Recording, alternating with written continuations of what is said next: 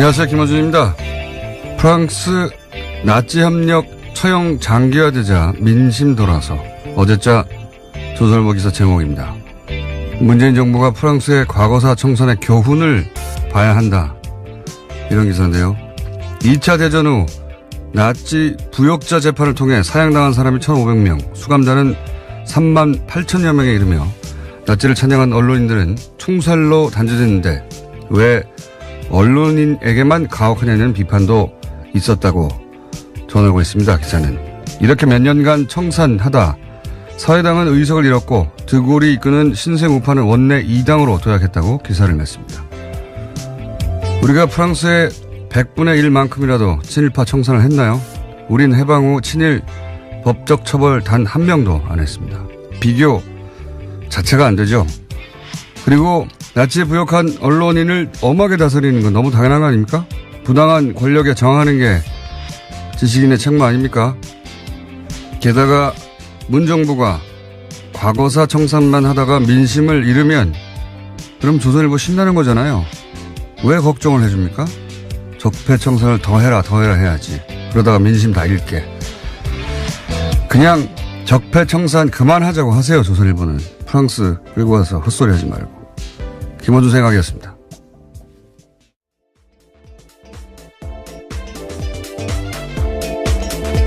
시사인의 김은지입니다. 조선일보 날로 기괴한 논리들이 나오고 있습니다. 예, 설마 나치에 부역하는 행위에 언론인들에게 감정이입한 거라면 정말 참 비참하네요. 예. 굉장히 놀라운 기사였어요. 프랑스 과거사 청산이 이런 식으로 사례로 쓰이는 건 제가 처음 봤습니다. 자, 그때 프랑스식으로 예, 나치성 부역 청산을 일제 청산을 우리가 했으면 조선일보 문 닫았죠. 자, 첫 번째 뉴스는요? 네, 다스는 누구 겁니까에 대한 드디어 일가 친척의 가족 이야기까지 나왔는데요. 이상은 다스 회장의 아들, 그러니까 이명박 전 대통령의 조카 이동영 씨가 다스는 이 전 대통령의 아들 이시영 거다라고 말하는 음성 파일이 나왔습니다. 어제 MBC가 보도했는데요. 이동영 씨는 다스 부사장이고 이시영 씨는 자기보다 직급이 낮은 전무입니다. 2016년 7월 달에 다스 총괄 부사장이던 시절에 이동영 씨가 다스의 핵심 관계자와 이야기하던 통화입니다. 자, 일단 먼저 한번 MBC가 오랜만에 단독했어요. 예, 단독을 연속으로 몇 가지 연속을 했는데 일단 그 오디오 파일, MBC에서 보도했던 오디오 파일 들어보겠습니다. 시영이는 지금 MB 믿고 해서 뭐 자기 거라고 뭐 회사에서 마음대로 하고 있잖아.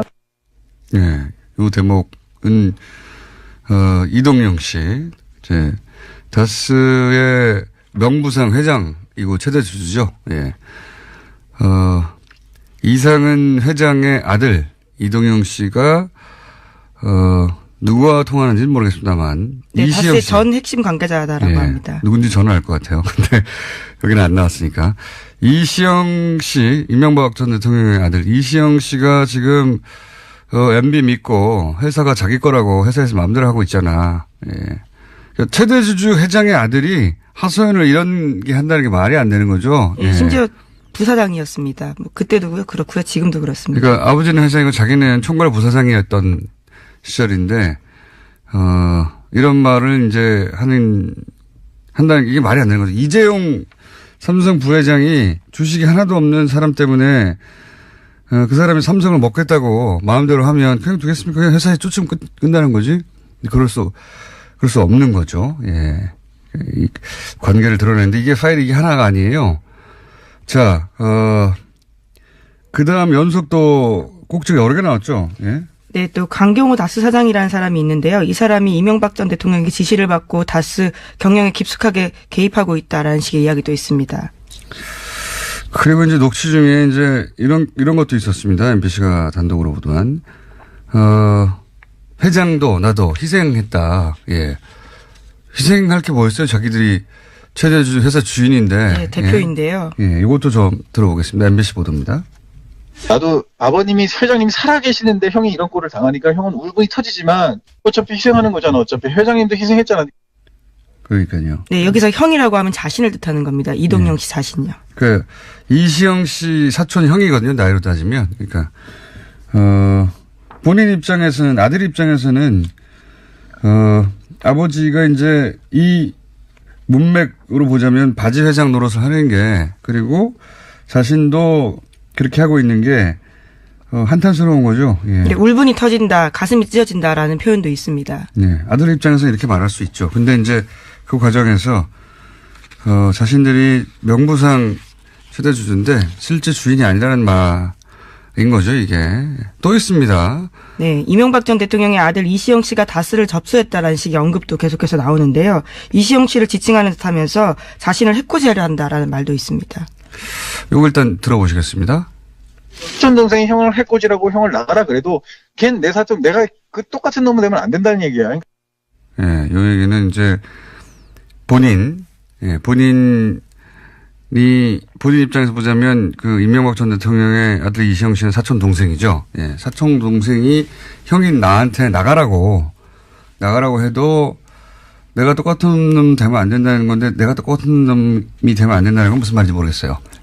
이건 모르겠고. 하여튼 똑같이 권력 싸움 할 수 없다라는 취지의 이야기인 것 같은데요. 권력 싸움을 할 수 없잖아요, 실제. 예. 그러니까 이시영 씨가 이제 지금 그 전까지 총괄 부사장을 하고 있던 본인 이동영 씨를 쫓아내려고 한다. 네, 차근차근 권력을 접수하고 있는 과정에서 나온 발언입니다.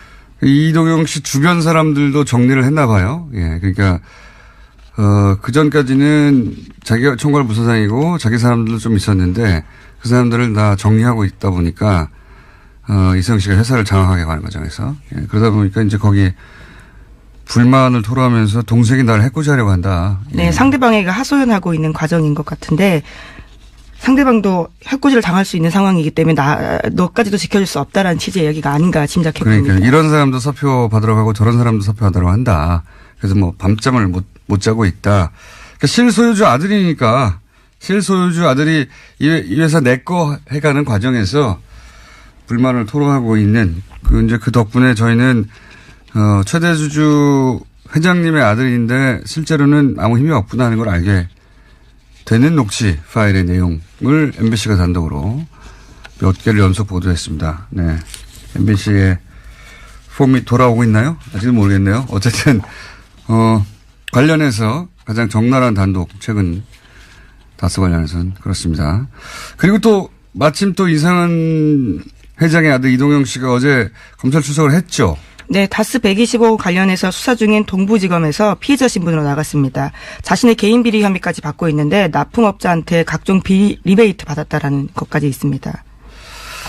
자, 들어가는 과정에서 기자들이 당연히 이제 다스 누구 겁니까? 물어봤어요. 여기에 대해서, 이동영 부사장의 답변 들어보시겠습니다.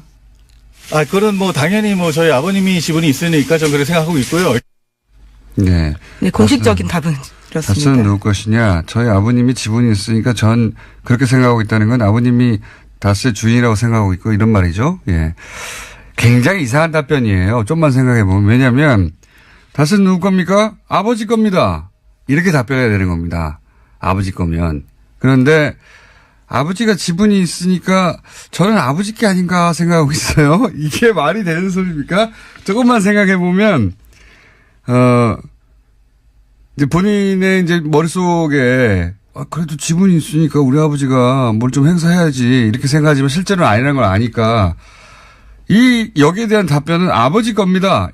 진짜로 아버지 거면 이거죠. 아버지 거라고 저는 생각하고 있어요. 이 답변 자체가 아버지 게 아니라는 걸 드러내고 있는 거거든요. 이걸 짚어줘야 되는데 안 짚어줘서 제가 짚어드립니다. 자기 건데 자기 거라고 생각하고 있어야는 이상한 답이잖아요. 내 겁니다. 아버지 겁니다. 라고 답변해야 되는 답변이 그렇게 안 나온 거죠. 게다가 이건 지분이 있으니까 이건 변명이잖아요. 일종의. 예. 현재로서는 최대 지분을 가지고 있습니다. 그러니까 거기 기다리는 거죠. 지분이 있으니까 저는 아버지 거라고 생각해요. 이 말 자체가 지분이 있는데도 아버지 거로 아무도 인정을 안 해준다는 얘기죠. 예. 그게 드러난 답변입니다. 자, 예리하게 한번 짚어놓고. 자, 다음 순요. 네, 어제 김명수 대법원장이 입장문을 냈습니다. 법원 블랙리스트와 관련해서 계속해서 후폭풍이 있는데요. 김명수 대법원장은 조사 과정에서 나온 문건 내용은 대다수 사법부 구성원들이 상상하기 어려운 거다라고 인정했습니다. 그제 대법관 13명이 내놓은 입장과는 다소 다른 이야기인데 별도 기구를 구성해서 추가 조사에 나서는 등 법원 행정처 개혁하겠다라는 입장도 밝혔습니다. 요사는 저희가 이제 이정열 전 판사님을 3일째 모시고 이야기 잠깐 나눠볼 텐데 이게 지금 이제 김명수 대법원장은 어떻게든 법원 자체적으로 이 문제를 해결하려고 하는 것 같아요. 근데 이제 첫 번째 조사에 대해서, 사법부 내에서도 그리고 밖에서도 이것까지 되냐고 뭐 납득할 사람이 아무도 없죠. 조사 파일도 한계가 있고. 네, 다 열어보지도 못했습니다. 아주 그러니까요. 일부가 나온 거거든요. 그것도 폴더를 다 열어본 것도 아니잖아요. 예. 지금 그 파일을 확보하고 내용을 열어본 방식이 크게 3가지 검색을 해서 명단과, 그러니까, 명단, 그러니까 이 사람들이 걸려있지 않을까 싶은 명단, 그리고 2개가 뭐였죠? 이정열 판사한테. 키워드를 또 가지고 있는데. 이정열 판사한테 물어보기로 하죠. 그 3가지 축으로 검색을 해서 나오는 것만 한 거지, 폴더에 하나하나 들어간 게 아니에요. 예. 검찰의 수사를 맡긴다는 게 이제 입법, 사법, 행정 한 축인 사법부로서는 이게 이제 자존심도 상하고 나쁜 선례가 될까 생각하시는 것 같아요. 네, 더 이상 자존심의 문제가 아니고요. 행정부의 수장조차도 혐의가 있으면 검찰 조사를 받았습니다. 저는 사법부 통째로 검찰 수사를 받는다는 건 뭐 상상할 수 없는 일이니까 문제가 된 개별 판사들 몇 수사를 의뢰해야 하는 게 아닌가. 사법부 차원에서도 그렇게 생각이 드는데 제가 대법원장이 아니기 때문에 이 이야기는 잠시 후에 이정열 판사님과 이야기 나눠보겠습니다. 네, 그런데 검찰이 어제 관련된 고발 사건을 재배당하고 본격적인 수사에 나설 준비에 나섰는데요. 지난해 한 시민단체가 양승태 전 대법원장과 당시 법원행정처 간부들을 검찰에 고발한 바가 있습니다. 또 법원의 추가조사위원회가 판사들의 컴퓨터를 열어본 것을 문제 삼아서 자유한국당에서 김영수 대법원장 고발한 건도 있거든요. 이 건에 대해서 나눠져 있었는데요. 하나로 몰아서 정리한다고 어제 검찰이 발표했습니다. 적어도 그 양승태 전 대법원장과 이 파일을 작성한 사람들은 검찰에 고발해야 되는 게 아닌가. 개별적으로는 검찰이 수사 그 사람들을 대상으로 해야 되는 게 아닌가 싶긴 한데 처음부터 끝까지 다 사법부 내에서 자체적으로 개혁하고 자체적으로 방안을 만들어서 발표하고 하는 것으로 저는 그런 식으로 넘어가면 두고두고 씨앗을 남기는 게 될 거라고 봐요. 예. 그렇게 해서는 안 된다고 보는데 사법부가 뭐 일개 부처가 아니다 보니까 쉽지 않은 결정인가 봅니다. 자, 다음 뉴스는요. 네, 관련해서 눈에 띄는 소식이 하나 더 있는데요. 대법원 추가조사위원회가 발표한 조사 결과 보고서 별지가 굉장히 화제입니다. 이 내용이 그대로 들어가 있기 때문인데요. 여기에 보면 추가조사위가 이 문건을 발견한 곳에 BH라는 폴더가 있다라고 합니다. 그러니까 청와대를 의미한다라고 볼 수 있는데요. 거기에서 열어본 파일이 이제 하나밖에 없는 건데 나머지 파일들도 청와대에 보고한 게 아니냐라는 의심을 사고 있다고 합니다. 좀 전에 말씀드렸지만 당연히 컴퓨터를 열어서 그 안에 있는 폴더 하나하나를 열어봤을 거라고 생각하지만 그렇게 못했어요. 그걸 허용하지 않았기 때문에. 그냥 키워드 몇 개를 정해서 검색하라고 한 겁니다. 그중에 걸린 거거든요. 근데 이제 지금 이야기한 그 법원행정처하고 우병우 민정수석하고 주고받았다. 전원 합의체로 해보아 달라 요구하고 그걸 받아주고 하는 그 문서가 나오는 게 BH라는 폴더에서 나왔다는 겁니다. BH, 청와대죠, 청와대. 여기 파일 하나만 들었겠어요? 이걸 열어봐야 되는데 이 BH 폴더를 못 열어본 거죠, 지금은. 네, 그렇죠. 지금은 협조가 되지 않은 상황이기 때문에 네. 강제 수사가 아니어서 하지 못하고 있습니다. 그냥 파일 하나가 걸렸는데 그걸 열어봤더니 이런 내용이 나왔고 그 파일이 어디 있었지 하고 그 경로를 확인했더니 그 폴더였다는 겁니다. 그 폴더 안에 100개의 파일이 있는지 1000개가 있는지 1개가 있는지 몰라요. 근데 뭐 폴더를 따로 만들었으니까 한 개 있겠습니까? 지금 딱 하나 나온 건데. 박근혜 전 대통령 특히 최순실 씨 관심사원 재판 관련해서 저는 요청이 엄청 많이 갔을 거라고 보고, 왜냐면 그 박근혜 최순실 그렇게 해도 된다고 생각하는 사람들이었거든요. 그리고 양승태 대법원장의 사법부도 그런 요구가 있으면 응해야 된다고 생각했던 게 드러났잖아요. 네, 실제로 김영환 민정수석의 비망록이나 안종범 전 수석의 업무 수첩에도 관련 내용들이 있습니다. 이 폴도 당연히 열어봐야 되는데 지금 계속 사법부에서는 개인의 사생활이나 뭐 이런 얘기 때문에 못 열어보고 있잖아요. 네, 개인 파일 지우면 되잖아요. 그러면. 회사 공용 컴퓨터가 어떻게 사생활과 연관되는지는 사실 여전히 의문입니다. 그렇다고 쳐요. 예? 판사들은 자신의 사생활과 관련된 파일을 야동인가요? 거기 있다고 쳐. 그럼 또 지우면 되잖아요. 이거 할 때는. 이해가 안 가는데 어쨌든 지금 딱 그렇게 걸려 있습니다. 자, 뉴스 2개 정도 더 할 수 있겠네요. 네, 최순실 메모가 또 나왔습니다. 이번에는 문체부 조직 개편도 미리 알고 있었다라는 정황이 담긴 내용인데요. 2016년 3월 달에 쓰인 메모입니다. 여기에는 종무실 2차관, 1차관이라고 쓰여 있는데 관련 업무를 2차관이 맡았던 걸 1차관으로 변경한다는 내용인데 실제로 조직 개편안이 그해 3월 달 국무회의를 통과했습니다. 그러니까 적어도 11일 전에는 최순실 씨가 이 내용을 알고 있었다라고 보이는 겁니다. 이런 일도 했네요. 그냥 자기가 뒤에서 이해관계가 있는 사람들을 꽂아준 것만 한 줄 알았더니, 예. 네, 장시호 씨가 다 촬영한 메모입니다. 소관 업무를 바꾸기도 했네요. 예. 최순실 공화국 맞았어요. 자, 다음 뉴스는요? 네, 안철수 국민의당 대표가 어제 바른정당과의 통합에 대해서 호남을 벌이는 것도 보수로 가는 것도 아니다라고 말했습니다. 안 대표는 바른정당과의 통합에 속도를 내고 있는데 이에 대해서 호남과의 결별이다라는 지적이 나오고 있습니다. 그에 대한 반박을 한 겁니다. 그렇군요. 요즘 안철수 대표하고 유승민 대표의 언론 노출 굉장히 많기 때문에 사실은 반대하시는 반대파의 뭐랄까요 격정하고는 다르게 여기 지지율은 저는 올라갈 거라고 봅니다. 노출이 많으면 올라가거든요. 근데 요거는 이제 3부에서 박지원 대표하고 한번 다뤄보겠지만 이 워딩은 매우 안 좋네요. 왜냐하면 안철수 대표가 반복적으로 하는 실수 중에 하나인데 지난 대선에서 왜 내가 MB 아바타입니까 한 적이 있잖아요. MB 아바타가 아니라는 걸 강조하기 위해서 말을 한 건데 사람들 기억에는 MB 아바타만 남거든요. 네, 지금까지도 인상적으로 남아있는 말입니다. 이 말도 사실은 마찬가지예요. 아마도 그렇게 공격을 받나 본데 호남을 버리고 보수로 간다. 라고 공격을 받으니까 그게 아니라고 말한 거잖아요. 근데 MB 아바타처럼 이것만 남는 거예요. 호남을 버리고 보수로 간다.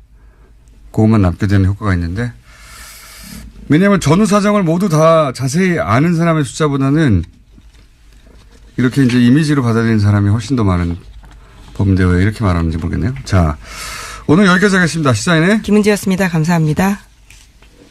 자, 바로 이어서 리얼미터 권순정 조사분석실장 나오셨습니다. 안녕하십니까. 자, 여론조사 처음으로 50 숫자 찍혔네요. 예, 네, 처음으로 50%대로 물론 잠정 수치입니다. 저희들이 네.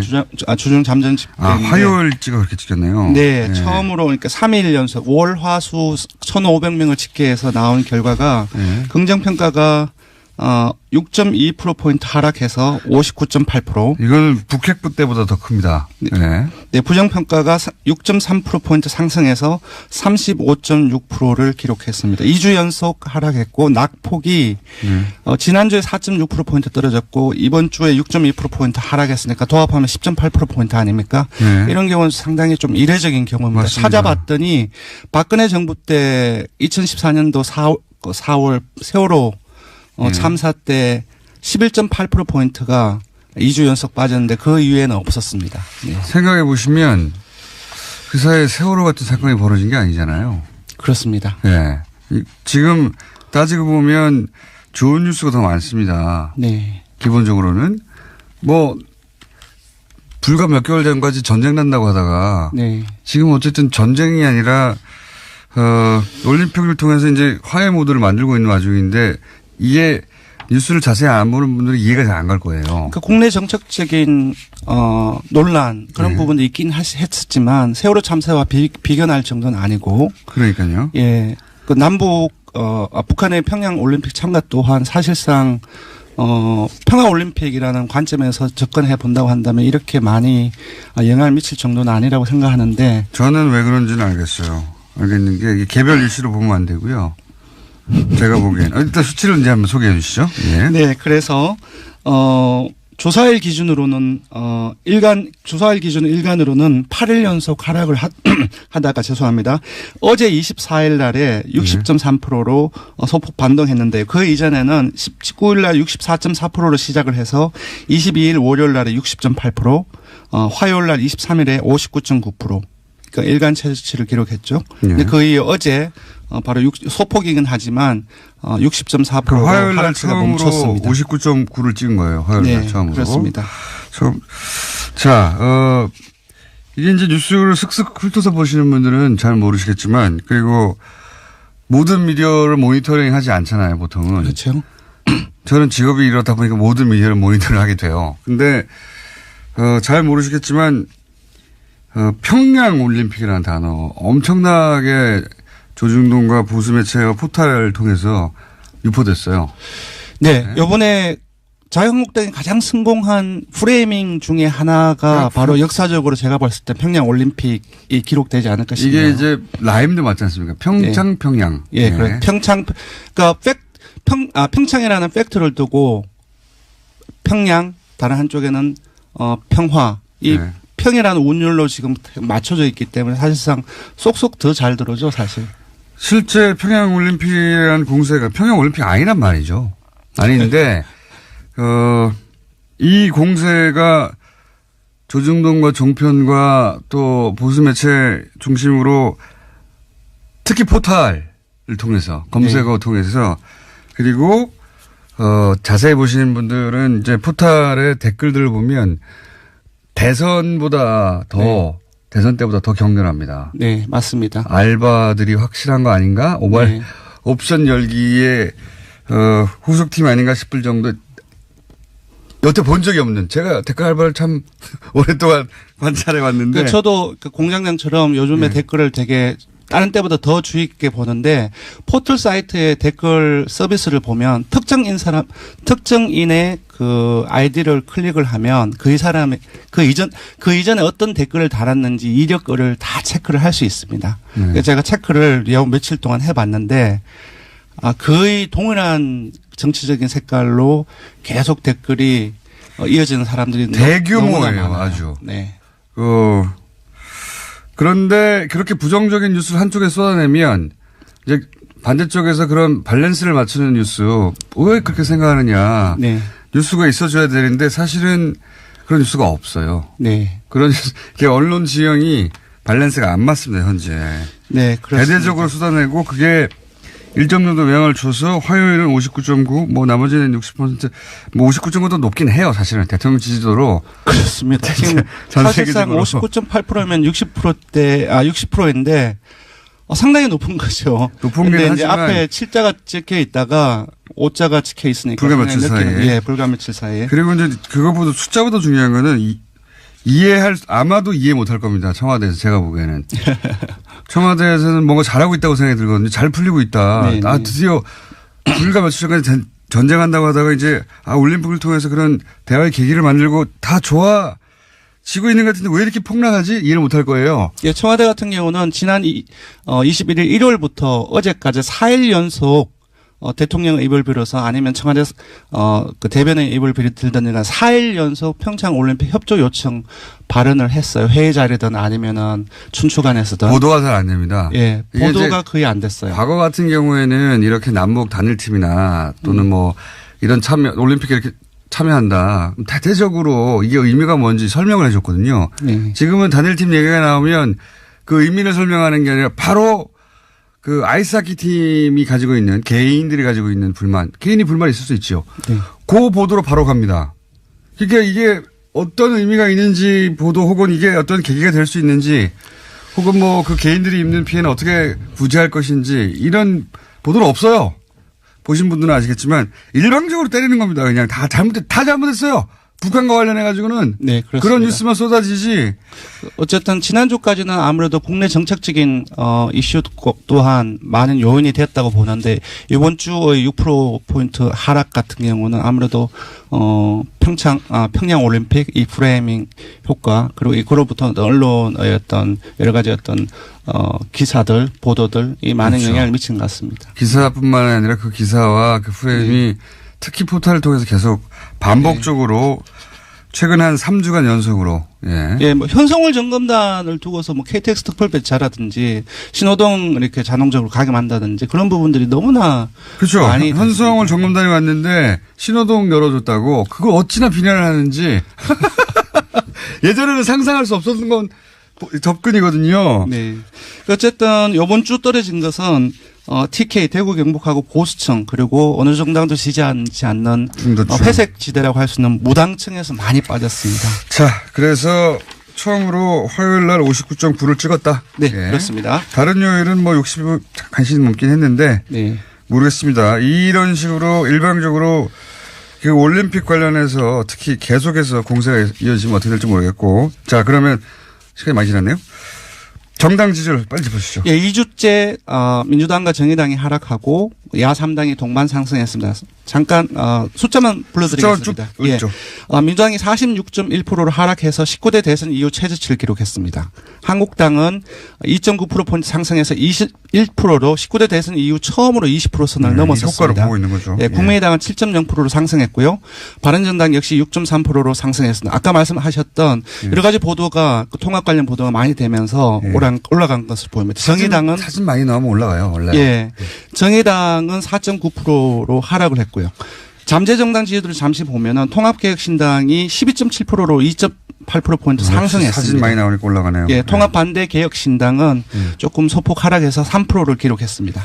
조사계열을 말씀드리면요. 네. 이번 주중조사는 TBS 에러로 월요일부터 수요일까지 사흘 동안 19세 이상 5,009명을 대상으로 유무선 전화면접 자동운전 혼용 방식으로 실시를 했습니다. 포근오차는 95% 신뢰수준 플러스 마이너스 2.5%포인트, 응답률은 6.1%였습니다.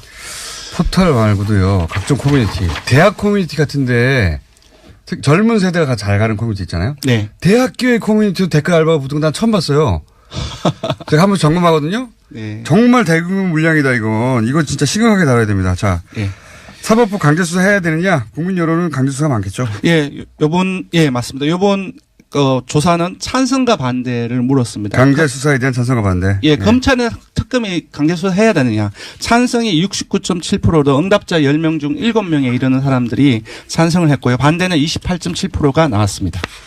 너무 당연한 결과인 것 같습니다. 자, 지금까지 리얼미터 권순정 조사분석 실장이었습니다. 감사합니다. 고맙습니다.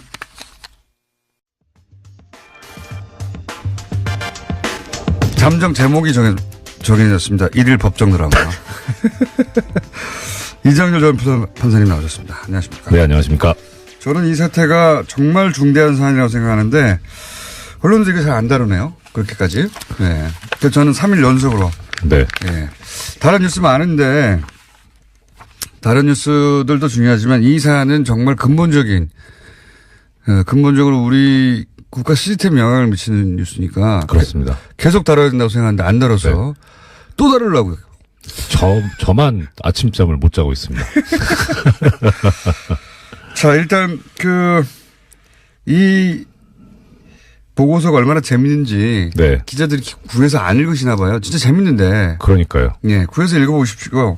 네. 구하려면 얼마든지 구할 수 있으니까. 저한테 연락 주세요. 특히 별지가 재밌습니다. 네. 예, 별지. 그러니까 이 별지라는 게 뭐냐면 그 추가조사위원회에서 조사 보고서를 내면서 인용을 한 문건들이 있습니다. 그 문건들을 별도의 그 문건으로 만들어서 첨부를 했는데 그것을 얘기하는 거죠. 별지가 한 50몇 페이지 됐는데요. 예. 거기 보면 굉장히 적나라한 문구들이 많이 있죠. 네. 예. 송모 판사에 관해서 예를 들어서 뭐 분석한 걸 보면 본인이 이걸 보면 기분이 굉장히 나쁠 것 같아요. 알 거예요. 봤을까 이미? 봤을 거고요. 그리고 이거 좀 진지한 분위기에서 이런 말씀드리긴 뭐한데 정말 정확하게 분석했다.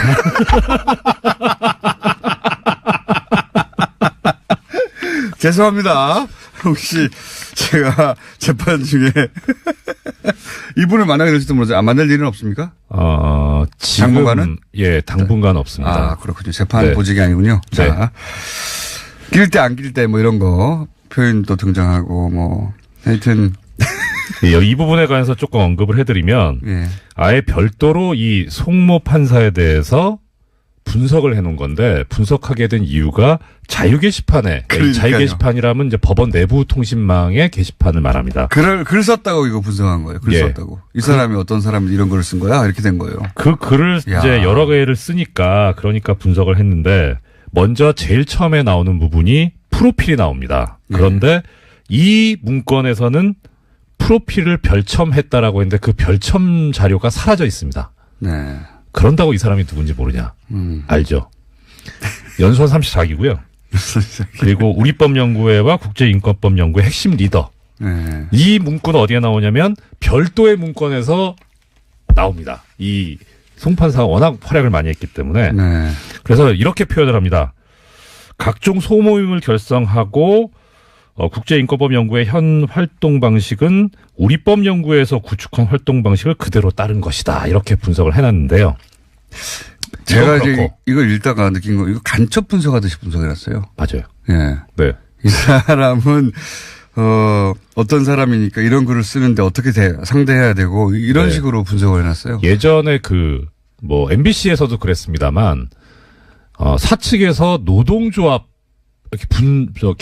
뭐라 그래야 되죠? 분쇄. 예. 예. 예. 그때 이제 그 노조 핵심 간부들을 상대로 분석하는 그런 형태입니다. 그래서 이 송판사에 대해서 이 문건에서 성향을 딱 표현을 했는데 아까 공장장님께서도 말씀하셨지만 속칭 낄 때 안 낄 때 판단이 밝아 자신에게 불이익이 오지 않을 이슈에 대해서는 강한 어조로 비판하고 그 반대의 경우에는 침묵한다. 굉장히 모욕적인 표현이거든요. 모욕적인 표현이죠. 자신한테, 이익이 안 되면 안 한다는 거잖아요. 굉장히 모욕적인 표현인데 적나라합니다. 근데 지금 이제 검색된 문건에서만 이게 나온 거지 사실은 자유 게시판에 글을 좀 몇 번 썼거나 네. 그런 분들은 이런 게 다 있다고 봐야 돼요. 그렇죠. 다 있다고 봐야 그렇죠. 됩니다. 예. 네. 이 부분에 관해서 이제 이 조사를 하게 된 이유를 보고서에서 적시를 해놓고 있는데요. 내용은 이겁니다. 일단 계속 글을 쓰니까 했는데 이 문건 자체는 2015년 1, 2월경에 작성이 된 건데 2009년 3월부터 2015년 1월 15일까지 6, 7년간 이 썼던 글을 전부 분석을 한 겁니다. 야, 이거 할 일이 되게 없나 봐요. 그러면서 또 이런 표현도 있습니다. 동기인 유모 판사는 현장의 필드 플레이어 성격이 강하다면 송 판사는 배후 기획, 정리, 분석, 전략 수립 등에 더 밝음. 자신에게 이목이 집중되자 연구회를 탈퇴함. 그렇죠. 우리법연구회 회원이었다가 자신에게 이목이 집중되자 우리법연구회 탈퇴함. 근데 요건 아니에요. 그건 아니에요. 요건 아닌데 탈퇴한 건 맞는데 요건 아니고. 근데 자신에게 불이익이 오지 않을 이슈에 대해서는 강한 어조로 비판하지만 반대의 경우에는 침묵한다. 이거는 대충 맞습니다. 술자리에서도 그렇고. 선동과 기질. 뭐 예, 이런 그런 거. 표현이 있습니다. 선동과 아웃사이더 비평가 기질이 있어서 이슈 발생하면 주변 법관들을 선동하는 기질이 다분하다. 그다음에 집행부에 대한 불신과 의혹이 크다. 예, 이렇게 표현을 하고 있습니다. 한 사람에 대해서 3페이지 걸쳐서 이렇게 분석하고 정리하고 뭐 그러고 있습니다. 한 사람을. 그렇죠. 예. 예. 여기에 대해서 다른 문건엔 또 뭐라고 표현을 하고 있냐면 이런 거 그러면 어떻게 대처할 것이냐. 예. 가능한 대응 방안 1. 무시 전략. 무시하자. 2. 일부 설명 전략. 뭐 이렇게 해가지고. 일부 설명 전략. 그러니까 다 설명하지 말고 일부만 설명하자. 네, 이런 식으로. 다 알게 되면 또 덤비니까. 그러니까요. 중요 사안의 일부만 설명해서 잘 모르게 한다. 아, 이거 웃으면 안 되는데 죄송합니다. 아, 저도 몇 기가 번 차서. 웃었어요. 몇 기가 번 웃었어요. 차서. 야, 예. 이게 우리나라 최고 엘리트들인데. 사법고시를 치고 연수원 성적이 가장 좋은 분들이 가서 모여 있는데 네. 그 중에서도 엘리트 중에 엘리트가 법원 행정처에 가는 건데 그렇죠. 이렇게 하시나.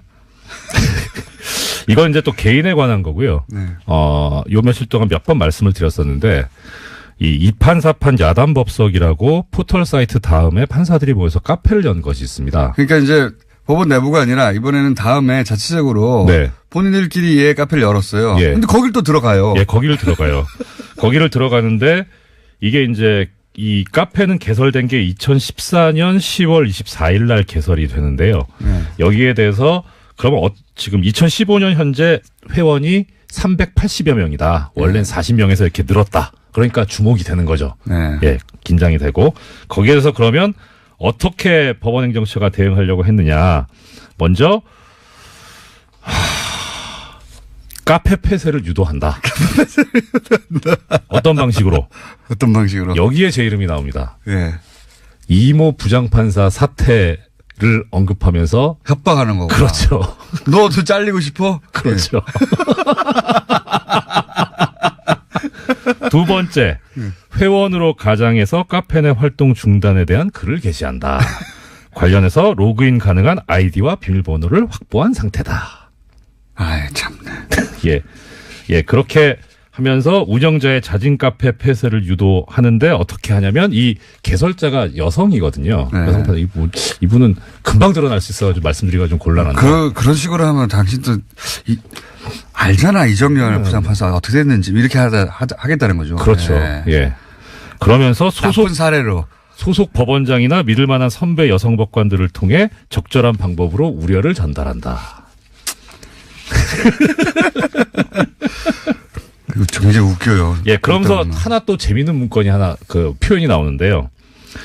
이 카페 활동과 관련해서 이제 법관 윤리 강령에 위반되는 게 아니냐 해서 징계를 검토를 했던 모양이에요. 네. 그래서 이 법관 윤리 강령들을 쭉 검토를 하는데 그 중에 권고 의견 5호라는 게 있습니다. 네. 그 권고 의견 5호에서 5호에 위반이 되는지 여부에 관해서 검토를 했는데 거기에 이런 문구가 나옵니다. 권고 의견 제5호는 우리법 연구회를 타깃으로 마련된 의견이다. 그래서 특정 연구회를 타깃으로 강령을 법을 만들어버린 거죠. 그들이. 제재를 하려고 했는데 규정이 없으니까 규정을 아예 만들어낸 거군요. 예, 그렇죠. 그래서 맨 마지막 결론, 가능한 조치. 대법원 공직자윤리위원회 권고 의견 5호, 7호 위반의 소지가 있다는 점을 최후의 설득 및 엄포용 카드로 활용. 엄포용 카드. 협박하겠다고 계획을 세웠던 거죠. 이런 수준으로 사실은 뒷조사를 하고 끊임없이 캐고 그리고 네. 협박을 하고 자기들 뜻과 다른 판사들은 이제 압력을 가하고 혹은 행사재판에서 배제하고 네. 그리고 사찰하고 실행에 옮긴 거잖아요, 다. 그러면 이런 문건을 작성한 사람, 이런 문건을 작성을 지시한 사람, 네. 그 수장, 양수태 대법원장부터 시작해서 몇몇 사람들은 사법부 통째로 와서 압수수색해라. 이건 안 되는 걸 알겠어요. 그러면 최소한 그 몇몇 사람은 사법부가 그 검찰에 수사 의뢰해야 되는 거 아닌가요? 당연히 그래야 되는데, 네. 근데 뭐 며칠 전에도 말씀드렸습니다만 일단 모양 빠지니까. 그 판사들의 모양 빠지는 건 알겠는데 예. 그런 내부 분위기는 없습니까? 이거는 수사 의뢰에서 확실히 뿌리 뽑고 가자라는 판사들의 내부 의견은 없어요? 지금 뭐 여기 그 사찰당해가지고 문건에 나오는 차성환 판사 같은 경우에 네. 워낙 유명해졌으니까 실명 네. 공개하고요. 이분은 이제 얘기를 하는 게 뭐냐면 일단 컴퓨터에 비밀번호를 건 심의관들한테 비밀번호를 제공하라는 명령을 대법원장이 해야 된다. 그건 너무 당연한 것 같아요. 이거를 따르지 않으면 별도의 징계 절차를 거치거나 그때 고발을 하고 네. 그리고 거기에 따라서 검찰 수사가 이루어졌으면 좋겠다 해서 검찰 수사까지는 예상을 하고 있는 것 같아요. 이 제안을 하고 있는 것 같고. 그건 이제 차상환 판사의 의견인데 제 의견이고, 말은 예. 그런 의견에 다른 판사들이 사실 동조해주고 힘을 실어줘야 그렇죠. 대법원장이 이제 그 안에서 자기 마음대로 할 수 없는 부분도 있잖아요. 분위기에 따라서. 네. 근데 지금 학습 효과라는 게 있어서요. 네. 그러니까 이제 지금 양승태에서 김명수 대법원장으로 바뀐 지 얼마 안 됐거든요. 예. 그러니까 지금 오히려 판사들 같은 경우에는 뭐 얘기를 들어보니까 관망하는 사람들이 꽤 있어요. 지금 김명수 대법원장을 어떻게 믿느냐.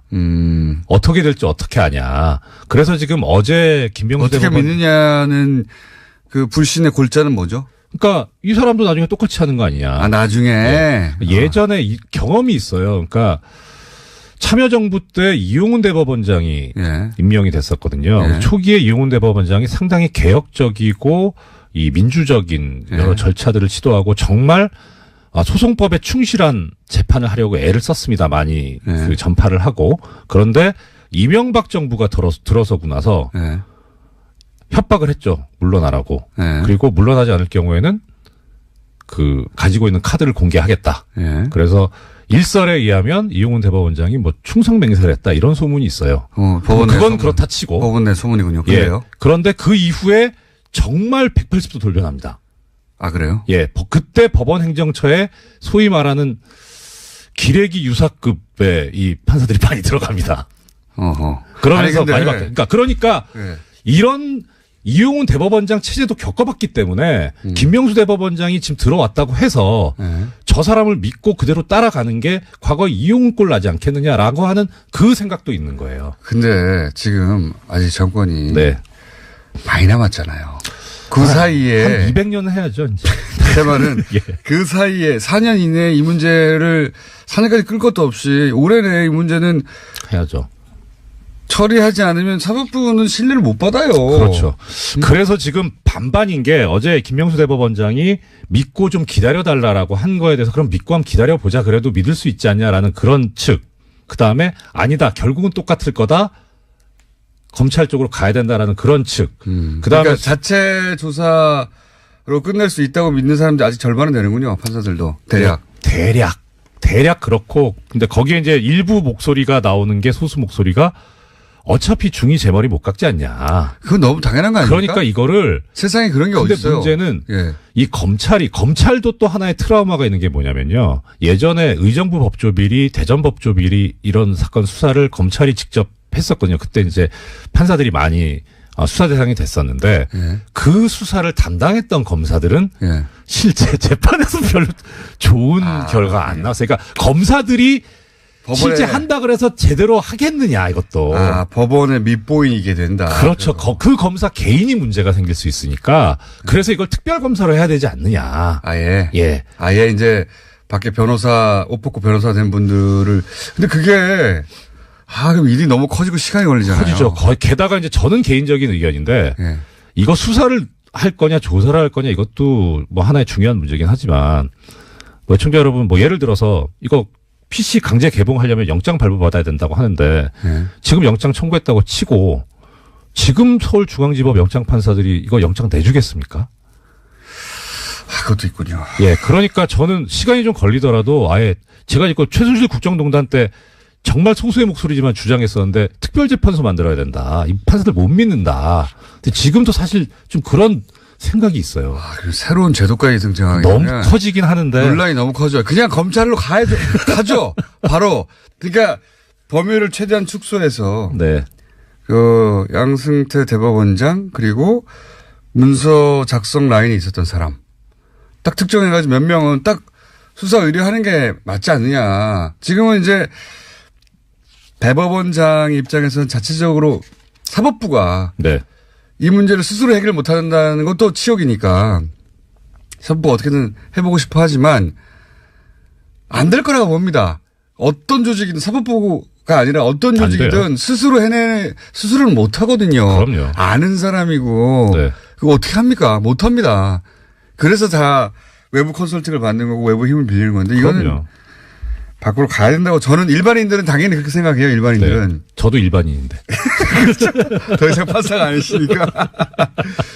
이거, 대법원장이 이제 어제, 1차 조치로는 부족하다는 거는 이제 절실하고, 절실 깨닫고, 2차 조사한다는데, 거기서 강제로 비밀번호 못 열고, 파일 전체 검색 못하면 수사를 가야 된다고 봅니다, 저는. 그럼요. 그리고 하나 이제 뭐 약간 시간 있으면 짧게 말씀드리면 이 보고서에도 그런 얘기가 나옵니다. 여러 가지 이제 기술적인 걸 동원했는데 특히 하드디스크와 SSD인가? SSD. 예. 예. 근데 SSD는 이 저장 매체 특성상 복구가 상당히 힘들답니다. 그래서 완전히 미궁에 빠질 수도 있지 않냐라는 그런 우려가 보고서에도 담겨 있습니다. SSD에 저장해라 뭐 이런 얘기가 있어요? 아니 SSD까지 제출을 받았는데 그건 복구가 더 힘들더라. 그렇군요. 예. 자, 오늘 여기까지 하고 또 다를지도 모릅니다. 네. 이정렬 전 부장판사였습니다. 감사합니다. 네, 고맙습니다.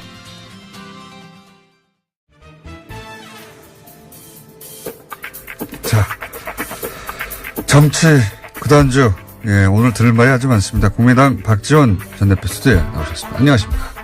오늘은 안녕합니다. 안녕 못합니다. 몇 달 하시다가 예. 안녕합니까? 왜냐하면 희망이 있습니다. 우리가 민주평화당 당명을 어제 결정해서 예. 오늘 오후 2시 목포 해양대학교 강당에서 전남 발대식을 합니다. 목포가 제 지역구이고 김대중 지역구 아닙니까? 출생지 아닙니까? 드디어 이제 민주평화당이 창당됐고 예. 이제 그 출발을 김대중 대통령의 고향인 목포에서 이 박지원의 지역구인 목포에서 합니다. 그러니까 안녕하죠. 그 몇 달 전부터 말씀하신 개문 발차를 드디어 하시는 거네요. 네, 그렇습니다. 개문 발차. 여기에 탑승 인원이 몇 명이나 됩니까? 초반에? 지금 현재는 비례대표를 포함해서 네. 17, 8명? 비례대표는 잘하면은 예. 20명이 넘을 겁니다. 비례대표는 그런데 지금 출당 안 시켜줄 것 같지 않습니까? 끝까지? 그렇습니다. 그러면 그분들을 유승민 빼고. 대표는 예. 출당시켜줘야 된다 하고 고집덩어리 안철수 대표는 하지 않겠다고 하는데 예. 안철수 대표가 무엇으로 유명해졌습니까? 아름다운 양보로 유명해졌는데 이제 저는 안철수 대표가 아름다운 이별을 택할 때가 됐다. 그래서 이제라도 이성을 찾아주기 바란다. 이렇게 말씀드립니다. 그런 말씀 오랫동안 하셨지만 한 번도 안철수 대표는 거기 호응한 적이 없기 때문에 안 하실 것 같아요. 오늘부터 좋은 얘기 해야 됩니다. 좋은 얘기. 예, 왜냐하면 아름다운 이별을 위해서. 예, 그렇죠. 왜냐하면 안철수 대표가 박원순 시장에게 아름다운 경선, 아름다운 양보를 했고 또 문재인 대통령 후보에게도 양보를 해가지고 떴거든요. 그런데 그 후 행보를 잘못해가지고 추락을 했는데 이번에 아름다운 이별을 하면은 다시 뜰 수도 있기 때문에 희망을 가지고 있습니다. 그렇게 안 하실 것 같아요. 그렇게 안 하실 저도 그렇게 같아요. 그러면은 비례대표를 빼고 나면 15명 정도는 최소한 확실히 의사를 밝혔다. 네, 그렇습니다. 15명이라고 보면 됩니까? 예. 제가 오늘 하는 블랙하우스에서 이영주 의원을 모셨는데 사실은 거기서 15명이라고 숫자를 꼭 찍어서 말씀하시더라고요. 네, 그렇습니다. 지난 월요일 녹화 때. 15명을 확보됐다? 네, 그렇습니다. 그런데 이제 거기에 그 3분 정도의 비례대표가 있고 비례대표는 출당을 굉장히 어려운 상황인 것 같으니까 그러면 20명은 되게 어려운 거 아닙니까? 우리가 개문 발차하면은 예. 지역구의 민심과 또 지방선거에 출마하려고 하는 자기 지지층들이 굉장히 요구를 하고 있기 때문에 결국 현실적인 선택을 할 것이다. 그리고 지금 중재파 의원들이 예. 그분이 민평당은 안 간다면서요? 말은 그렇게 하죠. 말은 그렇게 한다. 거기서 한두 명이 예. 우리도 안 간다. 왜 창당을 하느냐 조금 기다려주지 예. 하는데 거듭 말씀드리지만 안철수 대표가 아름다운 이별을 하지 않을 거예요. 그리고 그 중재파 의원들의 충정과 애당심은 이해합니다. 예. 그렇지만 절벽에다 대고 그걸 몇 번 얘기하지만은 안철수 대표 어제도 고민해 보겠습니다. 그래가지고 시간 벌기용으로 써먹는 거예요. 진실성이 없는 거예요. 최후 통첩이라고 하는 건 중재파가 이제 안철수 대표가 당대표를 내려오고 예. 그리고 중립적인 상황에서 전당대회를 하자 이 제안을 한 거지 않습니까? 예. 거기에서 통합을 물어보자. 예. 라고 하는데 안철수 대표는 그렇게 되면 부결될 것이고 자기는 만약 통합이 되지 않으면 외국으로 나가야 된다. 그래서 제가 곧 비행장에 나갈 것 같습니다. 나가야죠. 그래도 정리가 있는데. 그러니까 이제 그걸 안 받아들이려고 안철수 대표가 당대표직을 유지하면서 끝까지 전당대회를 해버렸어요. 그러면 이 소위 중재파 행동을 같이 하기로 했다고 하는 대여섯 분 이분들은 그러면 그렇게 해서 통합으로 쭉 가버린다. 본인들이 얘기를 안 듣고 그럼 이제 무소속으로 있거나 아니면 민주평화당으로 가거나 아니면 통합된 당으로 가거나 셋 중에 하나지 않습니까? 그렇죠? 그분들의 행보는 어떻게 예상하십니까? 그분들이 지금은 중재를 위해서 안철수 대표에게 사퇴를 강하게 요구하고 어제 정동영 전 의장이 박주선, 황교안 의원을 만났는데 26일까지 우리가 28일 날 예. 창당 발기대회를 하기 때문에 답을 달라. 26일까지. 예. 예. 그랬더니 안철수 대표는 역시 구렁이에요. 고민해보고 있습니다. 예. 안 하시겠죠. 고장난 유성기 알아요? 옛날 말이에요. 죽음기처럼 계속 반복되는 얘기를 하면서 시간 벌기용으로 그렇게 하고 있는데 그러다가 가랑비에 옷 젖으면은 지금 우리는 젖고 있어요.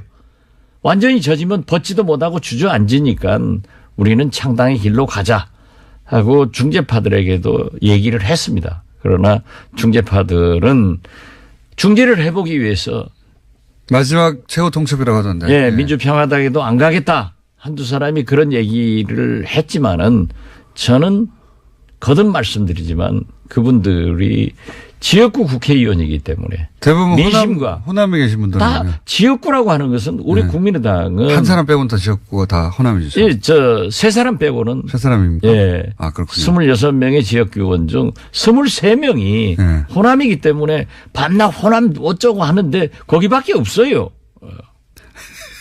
23분 중에 지금 대표적으로 김관영 의원 같은 경우에는 대표적인 통합파 아닙니까? 호남 지역구임에도 그렇습니다. 불구하고. 예.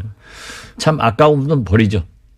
예. 그분이 이 지금 민주평화당 가칭이 아니죠? 당명을 이렇게 정하신 거죠? 정했는데 아직 창당대회를 안 했기 때문에 가칭이라고 불러야죠. 아, 그런 것도 몰라요? 아는 게 아니 MB 잘한 게 뭐냐고 물는 것이 낫지. 잘못한 거 검찰에서 수사할 필요 없다니까요. 네. 가칭 그러니까 민주. 공장장도 아는 게 뭐냐고 물는 게 나아요. 다 모르니까. 가칭 민주평화당. 여기가 최대 23명 정도는 되겠군요. 만약에 다 오면. 근데 그 중에서. 저희는 그렇게 계산하고 있고 예. 그렇게 예측을 하고 있습니다. 그런데 우리가 예. 자꾸 말씀드렸지만은 교섭단체에 연연할 필요 없어요. 아름다운 이별을 안 해주고 비례대표를 붙들고 있다고 하더라도 정치자금 국고보조는 안철수 당에서 더 가져갈 수 있지만은 우리하고 같이 행동을 한다니까요. 그렇기 때문에 비례대표들이. 똑같아요. 이거는 어떻습니까?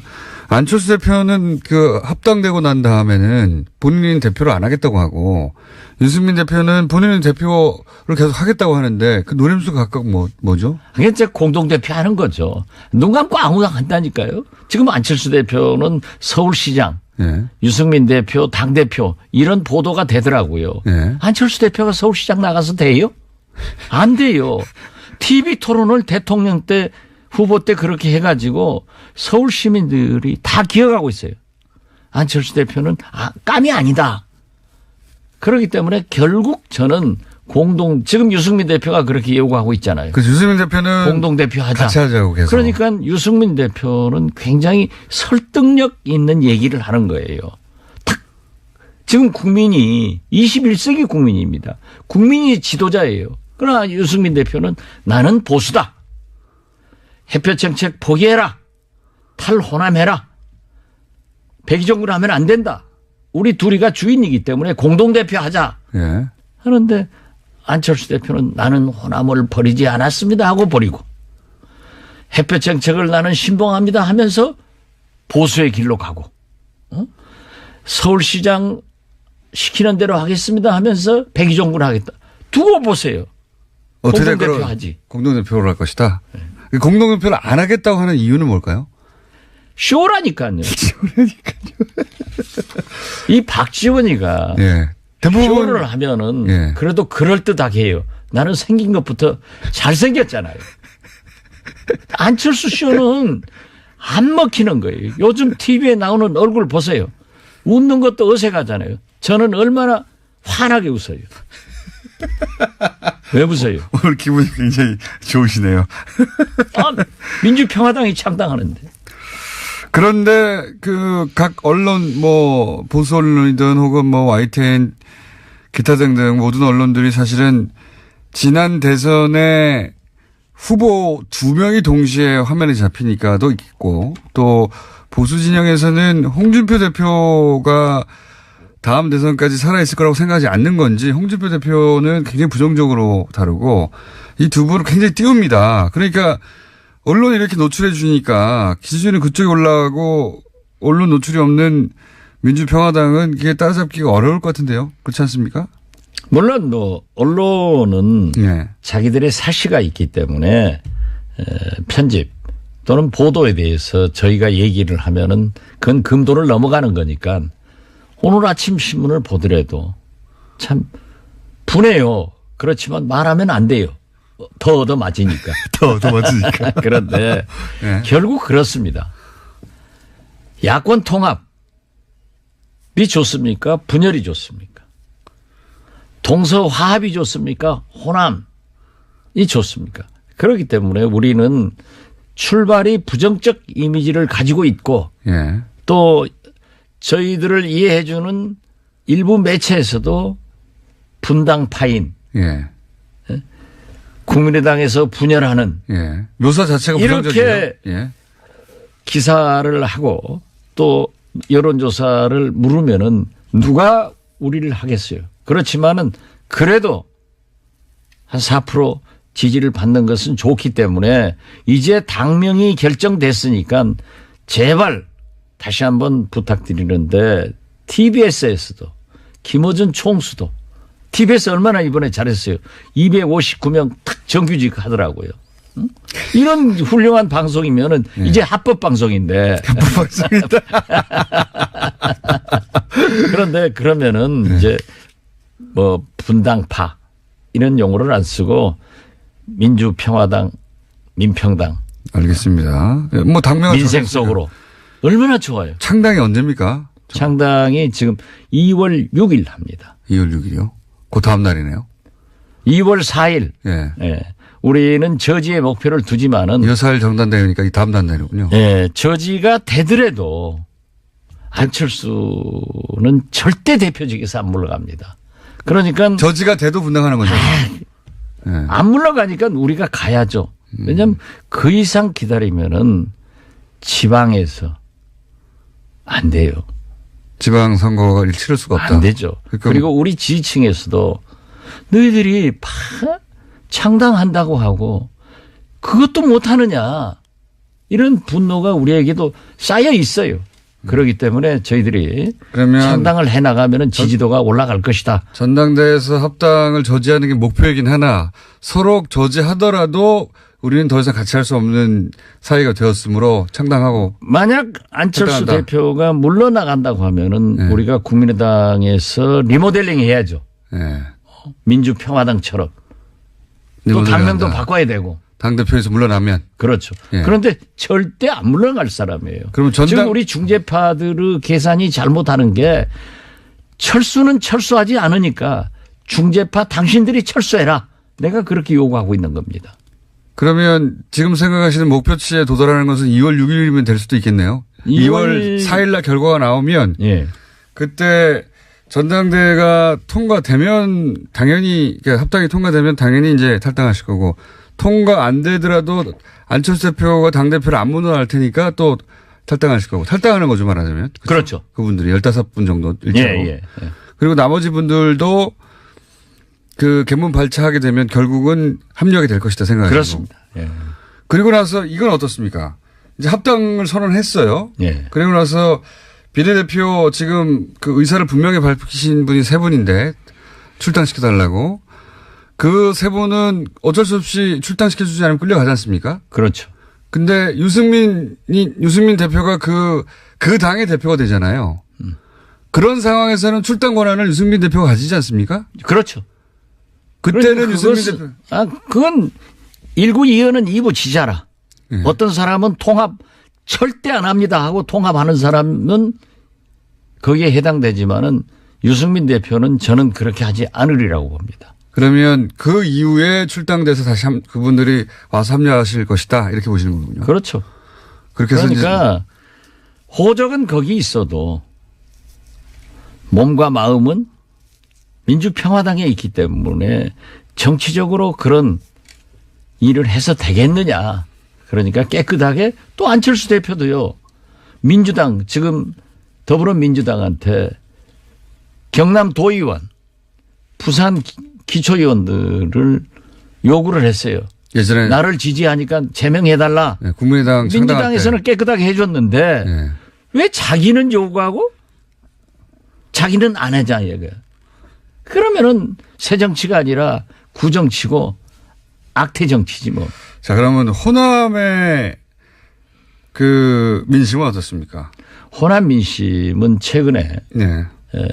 뉴스완 등 예. 루포 기사를 보시면은 잘 알 겁니다. 국민의당 안철수 말도 못 꺼내게 해요. 이게 그래서 제가 오늘 지난번 방송할 때도 내가 한번 사과했습니다마는 오늘 목포에서 우리 민주평화당 처음 결의대회를 하는데 거기에 가서 공식적으로 사과합니다. 내가 눈이 삐어서 안철수 지지해달라고 한 거 대단히 사과드린다. 내가 잘못했다. 그래서 저는요 지금도 그래요. 민주평화당이 창당되더라도 네. 뭐 여러 가지 얘기가 있어요. 그러나 최소한 박정천, 박지원, 정동영, 천정배는 당대표 등 전면에 나서지 말자. 네. 우리가 나서면은 안철수한테 져서 우리가 해먹는다. 이렇게 하니까는 후배들에게 길을 터주고 우리는 뒤에서 병풍노릇하자. 이거지. 저는 나설 리가 없어요. 이렇게 깨끗한 사람이 새 정치하는 거지. 응? 뭐 안철수처럼 안 한다고 하고 거짓말하고 이 사기꾼이지 이게 뭐예요 도대체. 사기꾼까지. 그렇잖아요. 제가 제일 원통한 것은 저는 그랬어요. 나는 정치를 하면서 DJ에게 충성했고 내가 5년간 공백이 있었던 대북송금 특검 감옥 살고 나오니까 목포에서 무소속으로 당선시켜준 목포 시민들에게 충성했고 이제 새로운 시대를 열기 위해서 안철수에게 충성을 했습니다. 아 그래. 그 손학규 모든 사람들이 대선 때 저를 만나자고 해도 이건 틀렸더라고요. 그래 만나지 말자. 이대로 가자. 어차피 우리가 지더라도 깨끗하게 최선을 다해야 된다. 그래서 다시 한번 미래를 보자 했는데 치고 나서 말 한마디 없이 저한테 선배님 통합 통짜도 꺼내지 않고 나중에 연대라도 해보겠습니다. 꼭 연합 연대합시다. 응? 우리가 정체성이 다르기 때문에 DJP 통합이 아니요. DJP 연합이었어. 그러니까 그렇게 하자. 그랬는데 2시간도 안 돼서 나가서 기자들한테 통합밖에 살 길이 없다 하니까는 불신이 쌓이게 생각하고 최근에요. 권은희 의원에게 제가 우리한테 와라. 네. 민주평화당에 해라 그랬더니 대표님은 즉 박지원 대표님은 그렇게 말씀할 권리가 있습니다. 그래서 저는 권은희 의원 말이에요. 안철수 대표하고 대화를 좀 해보십시오.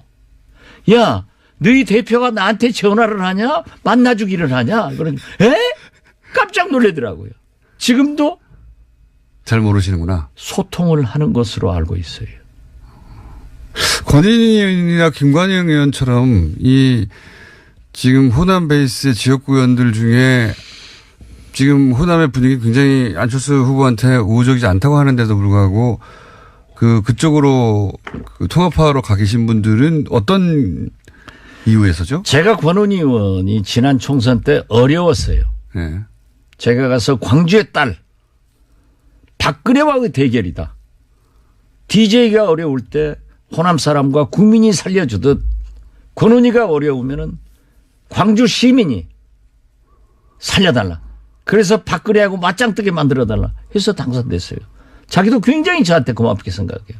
김관영 의원은 제가 초선 때부터 굉장히 똑똑해요. 그렇기 때문에 너는 호남의 지도자로 커라. 굉장히 제가 많이 서포트를 했습니다. 또 재선 때도 제가 많이 했는데 안철수 만나가지고 그냥 끌려 들어가더니 헤어나지를 못하더라고요. 그래서 최근에도 제가 한번 야 이 녀석아 하고 야단을 쳤어요. 자, 이 녀석아. 그래서 좀 내가 그 후배들인데 그랬는데 참 아까운데 저는 그렇게 봅니다. 결국 김관영도 권은희도 돌아온다. 왜? 정치인은 지역구 민심을 떠나서는 존재할 수가 없습니다. 그렇기 자꾸 때문에 민심을 본인도 알 텐데 왜 그러는 거예요? 그러니까 자기 지역구에서 난리예요. 그래요? 네. 어느 그 분은 남 지역구니까 말할 필요는 없지만은 네. 아무튼 어려워요. 그래서 제가 그 얘기했다고 굉장히 섭섭해하고 심지어 어떤 의원은 수도권으로 옮긴다 하는 얘기가 파다하더라고요. 그런데 수도권에 오면 집에서 새는 바가지 밖에 나가서 똑같죠. 오히려 수도권이 어려운데. 그래서 저는 그 지역 민심 또 정치인은 항상 우리는 사상가나 학자나 언론인이 아닙니다. 내 생각이 중요한 게 아니라 국민의 생각이 중요한 거예요. 내 생각이 중요한 게 나하고 싶은 게 아니라 지역구 구민들의 뜻을 따라가야 되는 거예요. 좀 철학적이지 않죠. 할 수 없어요, 정치인은. 그래서 저는 민심이 그러니까 나중에라도 돌아온다. 집 나간 아들, 딸이 돌아오면 부모로서 받아야지 어떻겠어요. 돌아옵니다. 그렇게 생각하신다. 그래서 결국은 20석이 넘어갈 것이다. 예, 그럼요. 그리고 그렇게 되면은 만약에 말씀대로 하시면 그 합당한 당의 규모가 거의 비슷해질 수도 있는 거 아닙니까? 아니죠. 나중에는 예. 안철수 대표가 우리에게 와서 비례대표 좀 제명시켜달라고 할 수가 있어요. 그 이유는 하도 내부에서 반대 의견을 계속 그렇죠. 공개적으로 개진하기 때문에. 예. 우선 보세요. 저 통합을 해놓으면은 평창 동계올림픽 하는데 얼마나 싸우겠어요. 지금 MB 문제 가지고도 옹호하고 반대하고 이게 되겠어요? 한 집구석에서? 그래서 우리는 개문발차를 해서 비록 원내교섭단체가 되지 않더라도 기다리고 있으면 다 온다. 그리고 우리는 촛불혁명의 산물인 적폐청산과 개혁을 위해서 우리는 나가야 국민이 우리를 지지할 수 있다. 그러나 문재인 대통령이 만약 잘못하는 게 있으면은 우리는 엄중한 질책을 하면서 협력할 것은 협력하겠다. 이런 자세를 가지고 있습니다. 이 합당의 최대 승자는 유승민 대표인 거 아닙니까? 현재까지는? 그러니까 유승민 대표가 예. 국민의당 안철수 가지고 놀아버리는 거죠. 지금 이제 지난번에는 광주를 두 분이 가셨고 오늘은 이제 대구를 두 분이 방문하신 걸로 아는데 일정상 그 유승민 대표 입장에서는 사실상 전리품을 챙기고 돌아온 거 아닙니까? 완전히 유승민 대표는 예. 대구에 가면은 배신의 정치인이라고 하잖아요. 과거에 그런 이야기를 들었었죠. 예. 지금도 그래요. 예. 박근혜 대통령에 대한 예. 지지층이 대구에는 지금도 강하다고요. 예. 그렇기 때문에 배신의 정치인이다 해서 언론 보도에 의하면 다음 국회의원 안 된다라고 하니까 탁 하는 거 보세요. 이분 머리 좋아요. 햇볕 정책 안 된다. 탈호남해라. 그리고 대구 사람들로서는 저게 배신이 아니고 효자네. 예. 이런 생각을 하는데 안철수 국민의당까지 딱 먹어오면은 이게 진짜 꽃방석에 앉는 거죠. 그렇죠. 자기는 9석 꼬마당 당대표에서 이제 원내교섭단체를 이루는 당대표를 하면 얼마나 좋아요. 안철수 대표는 왜 이걸 하는 걸까요, 근데? 이제 본인이 계속 여러 가지 하는 얘기가 이제 보수의 적자가 되겠다는 전략인데. 아니, 그러니까. 이게 쉽지 제가 않지 수차 않습니까? 얘기했지만은 안철수 대표는 대통령 해보려고 진보 개혁에 위장 취업했다가 대통령 떨어지니까 저 한국당 보니까 홍준표 대표 가지고는 안 된다. 또 언론에서도 취급을 안 해주고 보수 본류에서도 저거 가지고는 안 된다 하니까는 국민의당을 우리를 끌고 데리고 가서 보수의 대통령 후보가 되고 집권을 대통령이 돼보겠다.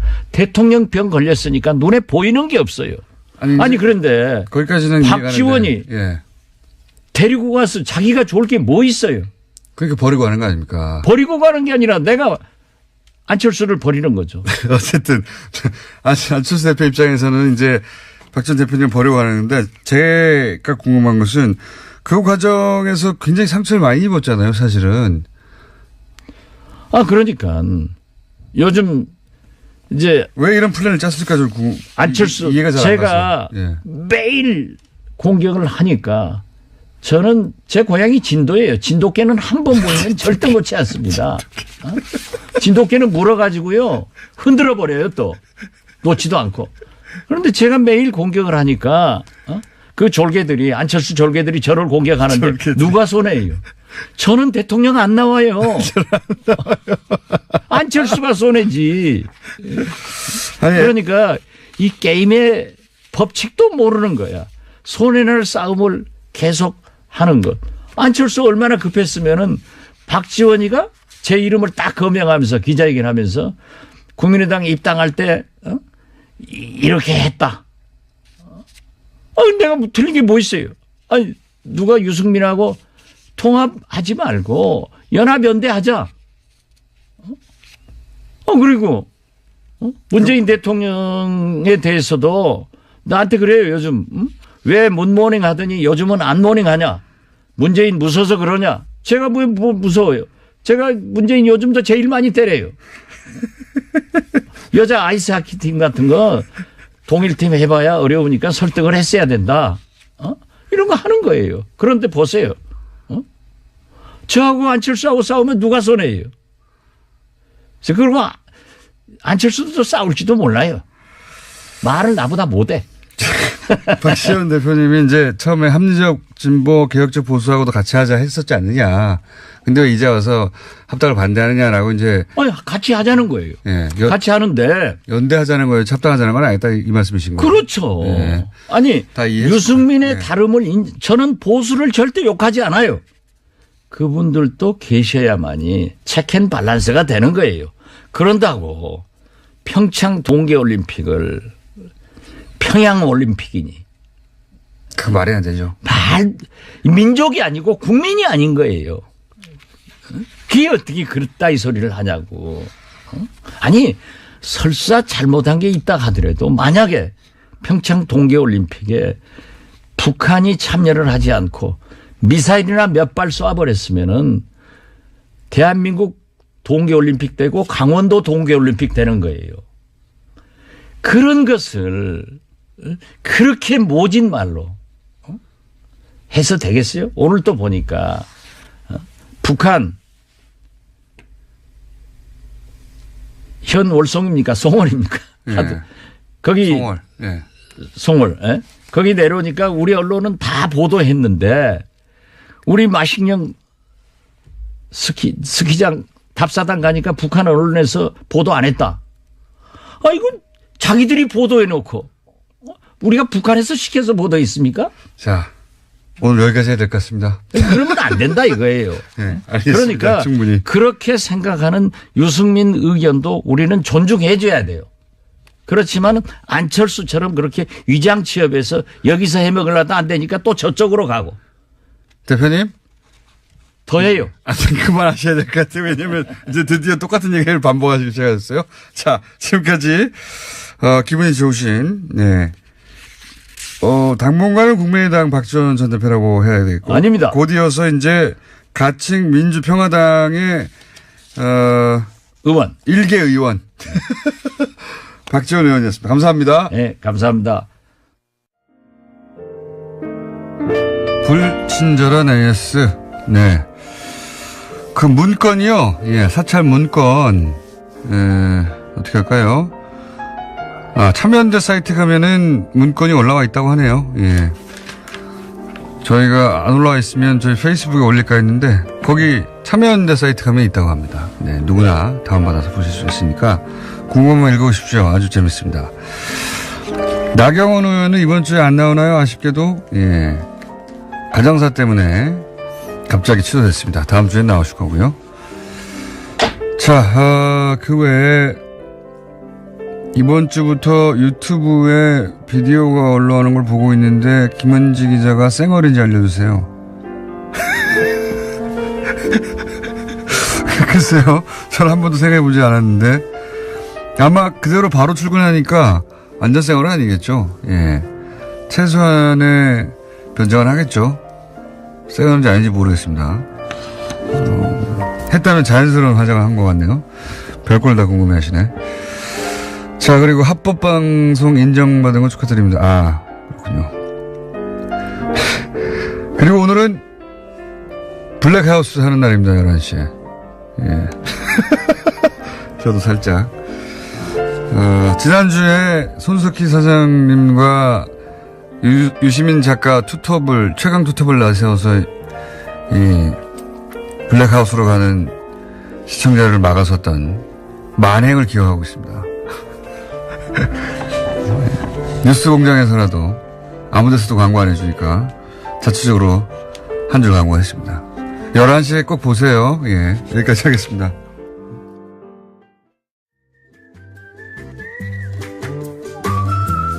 도시건축가 김재림 박사님 나오셨습니다. 안녕하십니까. 네, 안녕하십니까. 자, 오늘 주제는 뭡니까? 우리 겨울에 정책 공부 계속해서 하는데 지난주에는 이제 주택 정책 중에 주택 보급률이라고 하는 가장 첫 번째를 얘기했고요. 네. 오늘은 아파트 공화국 대한민국 우리나라 공화국 대해서. 맞죠? 예. 근데 아주 흥미롭게도요. 이 아파트 공화국이라는 말을 처음으로 붙인 사람은 프랑스 분이에요. 그래요? 네, 발레리 줄레조라는 분인데 한국의 아파트에 대한 박사학위 논문을 썼어요. 한국의 아파트를 연구하고 한국의 아파트를 연구를 프랑스 해가지고. 사람인데 프랑스 사람인데 지리학자인데 여기 와가지고서는 제가 좀 그 연구 논문을 제가 좀 도와줬기 때문에 여러 번 만났기 때문에 압니다. 신기하다고 네. 생각했구나. 그래서 그러니까 본인이 충격을 받았던 거예요. 신기하죠. 특히 외국 사람이 처음에 오면은 이 아파트에 대해서 정말 이건 뭐야? 이런 생각을 하거든요. 해외에 좀만 우리나라 사람도 해외에 좀만 길게 있다가 들어오면 네. 그 이제 공항에서 쭉 들어오다가 아파트를 보는 순간 그런 생각이 듭니다. 우리가 이랬구나. 네.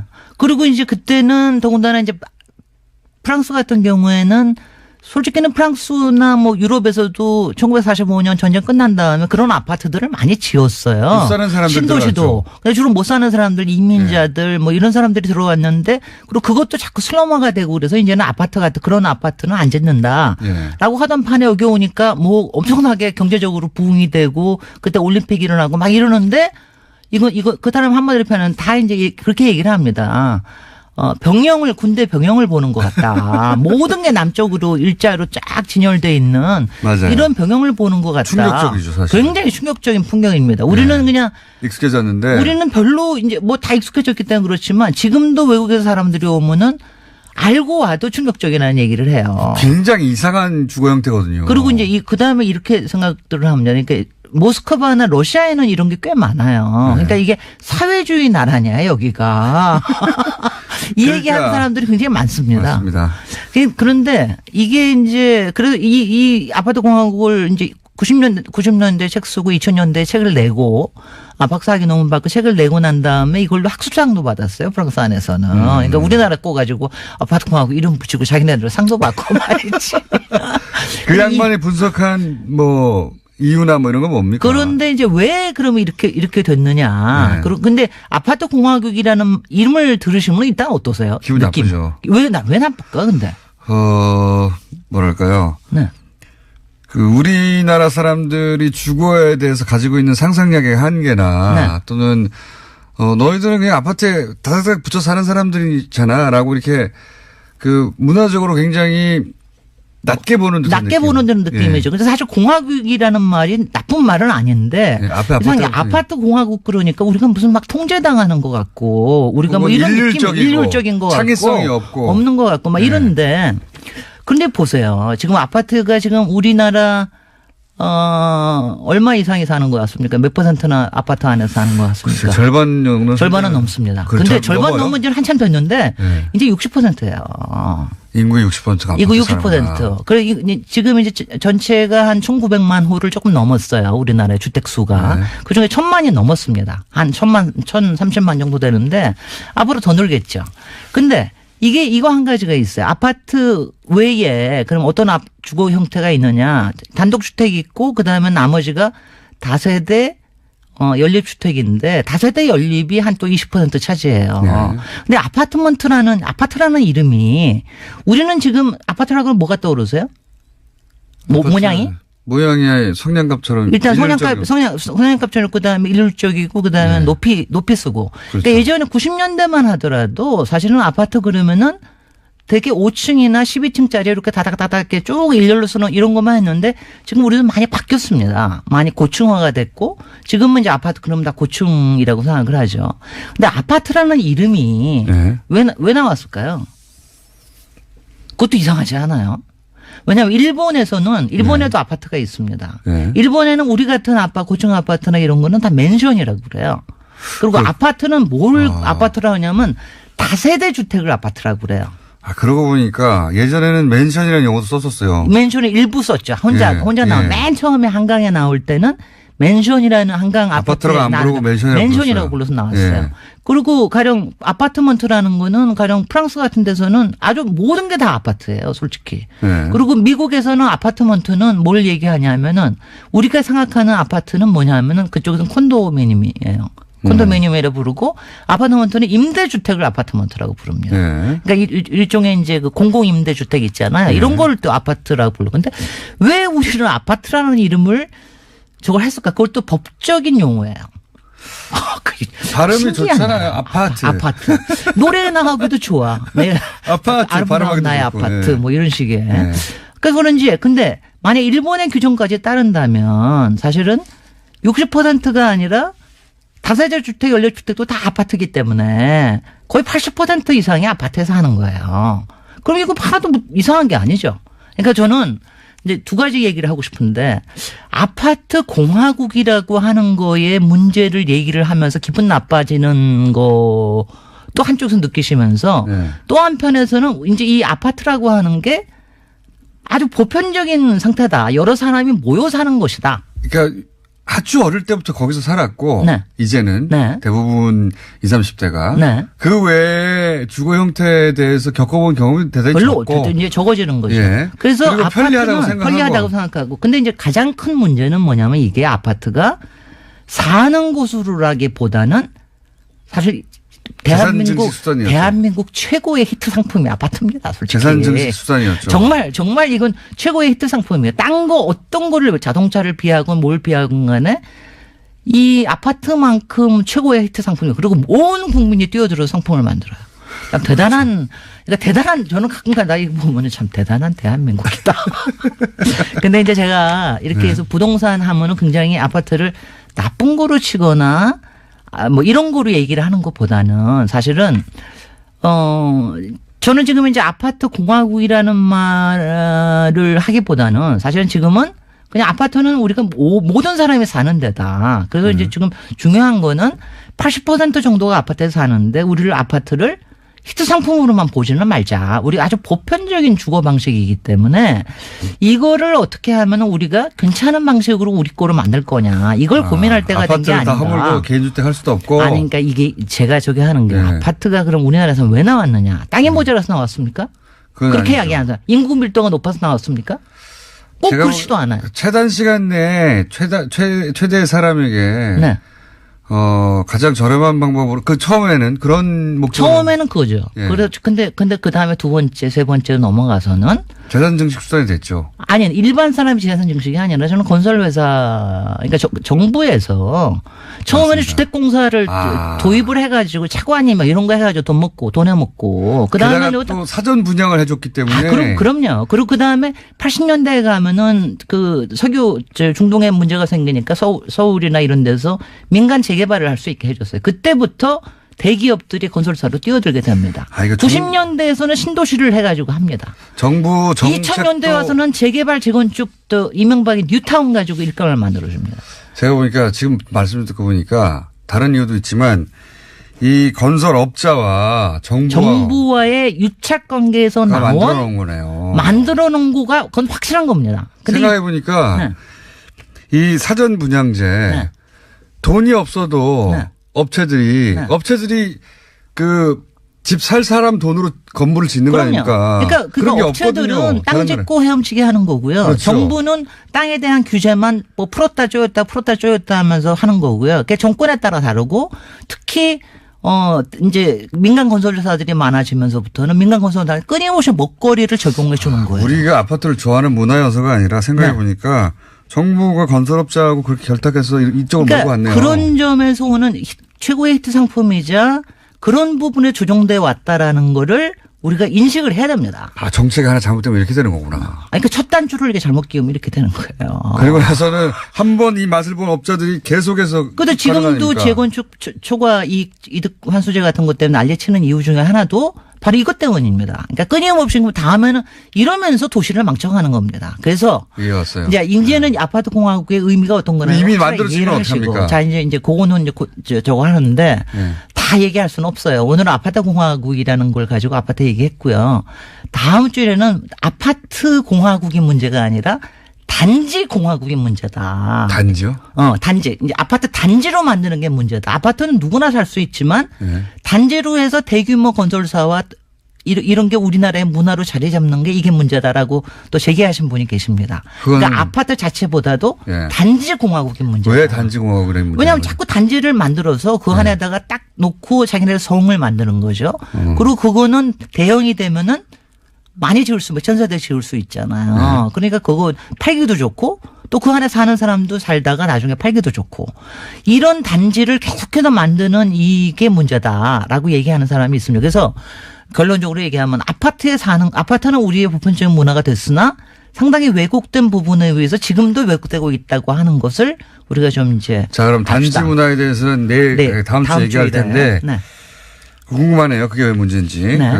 그 아파트 공화국이 된 것은 업자와 정부가 그 방향으로 결탁해서고 한 번 잘못 정책이 이렇게 망하는 거다. 망하는 건 아니에요. 그러니까 망한다고 생각하지는 맙시다. 김진애 박사님이었습니다. 네, 안녕.